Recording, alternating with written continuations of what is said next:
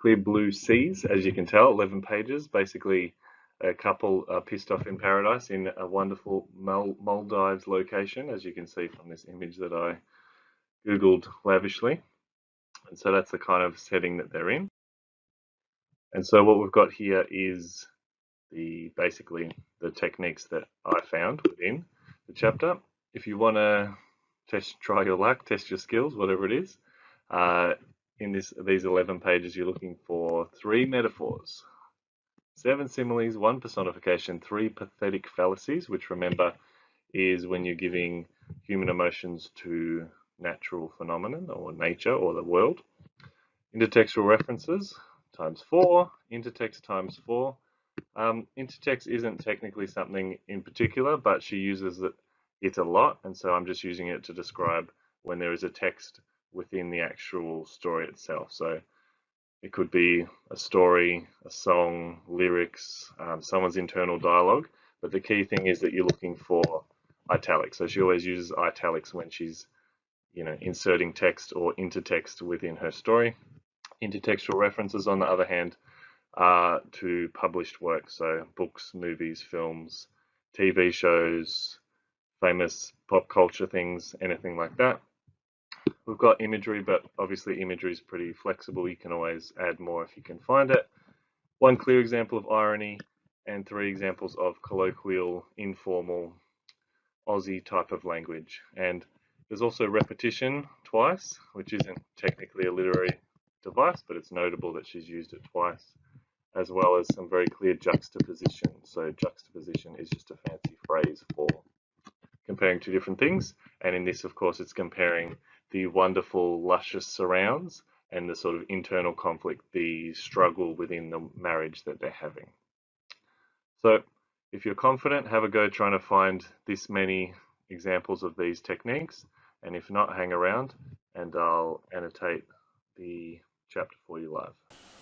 Okay, this Clear Blue Seas from Australia Day by Melanie Cheng. So importantly, this one's set out in an epistolary style, which is, of course, in English, a fancy way of describing something that's quite straightforward, which is just a diary. So this takes place, I believe, over 7 days. And so as you're reading, analysing it, you probably want to keep that in mind. That kind of things get progressively worse. So epistolary style. We've got the seaplane settles on the water with the lightness of an insect.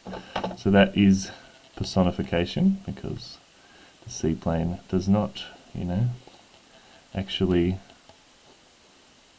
personification. I don't know why that's not working for me. But personification, the ocean momentarily ruffled is calm again. So that's pathetic fallacy, which is when you give human sensations, emotions, etc. to nature. So the ocean, momentarily ruffled, as though it's something that can be, lack confidence or become set back. And yeah, the seaplane settling with the lightness of an insect. You could maybe even call it a metaphor or simile, really, but it's definitely something, that's for sure.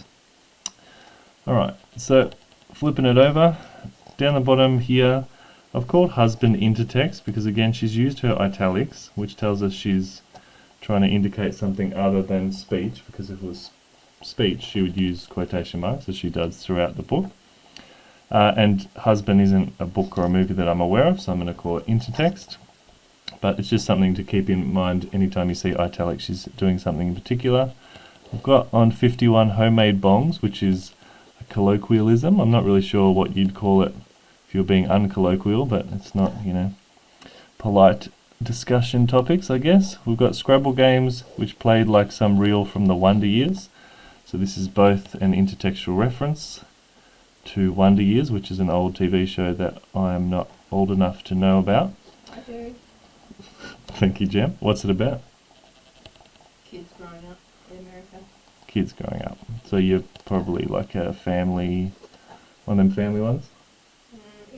It was targeted at teenagers. Targeted at teenagers. Fred Savage. Oh, classic. Can't beat him. So we've got intertextual reference and we've got a simile, so it's both at once.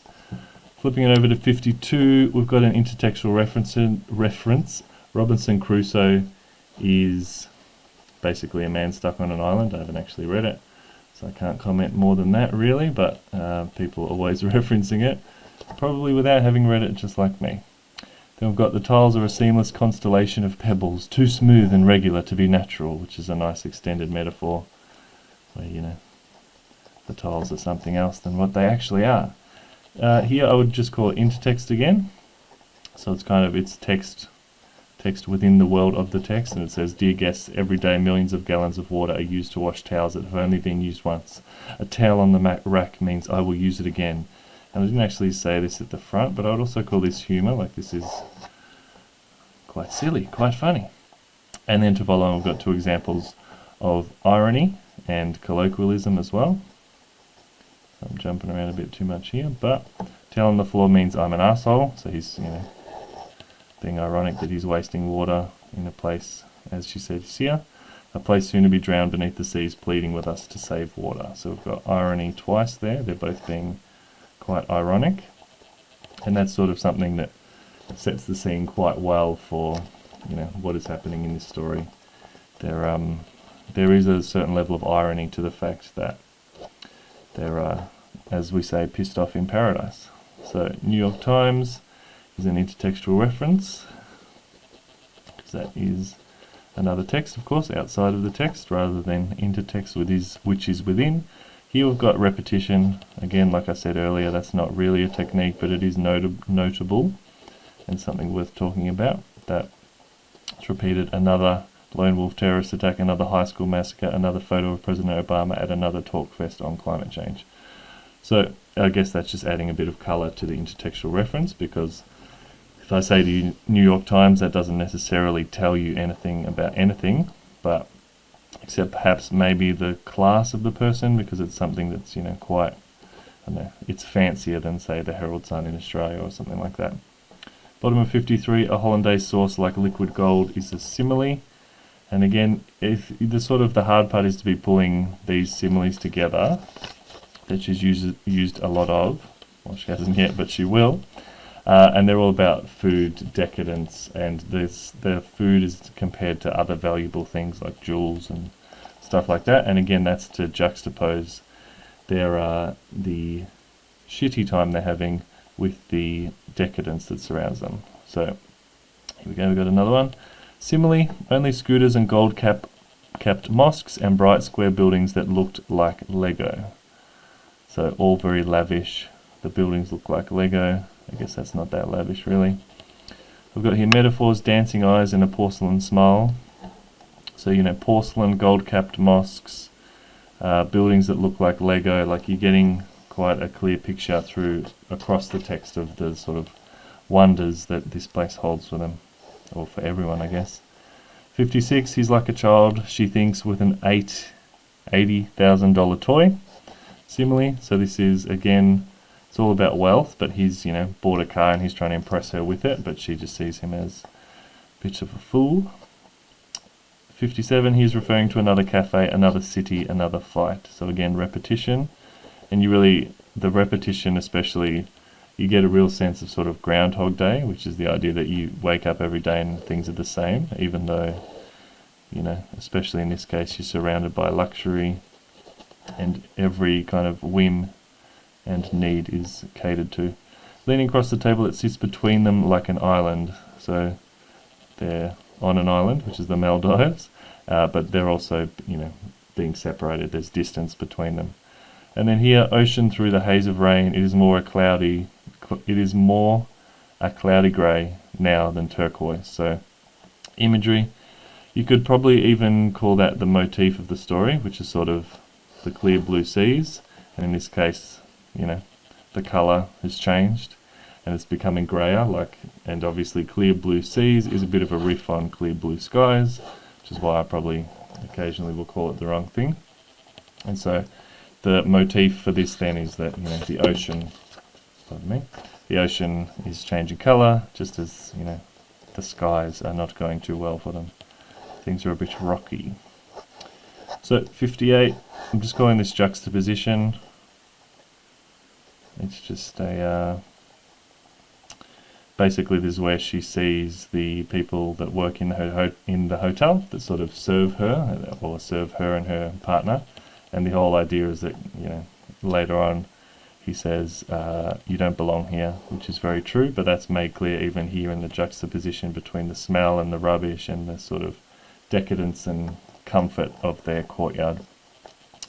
And then top of 58, it's a footbath cat, not a blowjob, so that's very colloquial, but you can see that they're, they've known each other for a long time because they're relatively offhand and colloquial in the way that they talk to one another.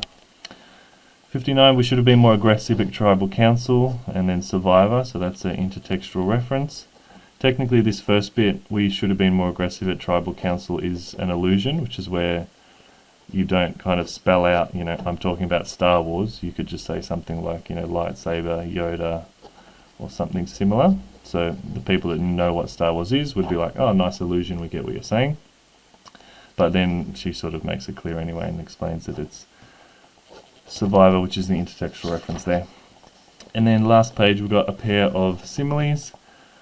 Ice glinting like diamonds, lemons like polished gems. So again, the food here is symbolic or motify, which is not a word, of the sort of decadence. Again, how good things are. Decadence means sort of the height of wealth and luxury.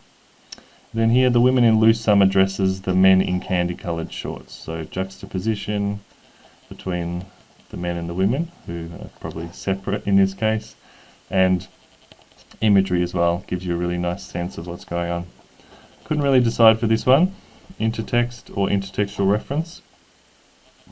I'm not really sure if this is a real Maldivian folk song, but I'm just going to call it intertext because it happens within the text and it's again in italics, and she set it out very clearly. So then we finish quite strongly here with a pair of pathetic fallacies. So it says, the air is still, there are no clouds, stars long dead wink at some shared celestial joke, and all the while the ocean wraps its black arms around the island, sleeping, breathing, waiting.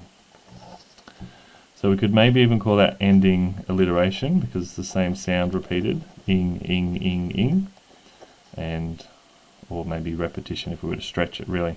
But the important part is that those last two are examples of pathetic fallacy. And of course, since our motif, as we've decided, is the sea, it makes sense that it becomes almost a character in the story because we've got lots of pathetic fallacies, we've got lots of descriptions of it, the colour of it, and the nature of it. And in the pathetic fallacies, we've got examples of the way that it feels and acts and winks as if it is a human. So that is Clear Blue Seas.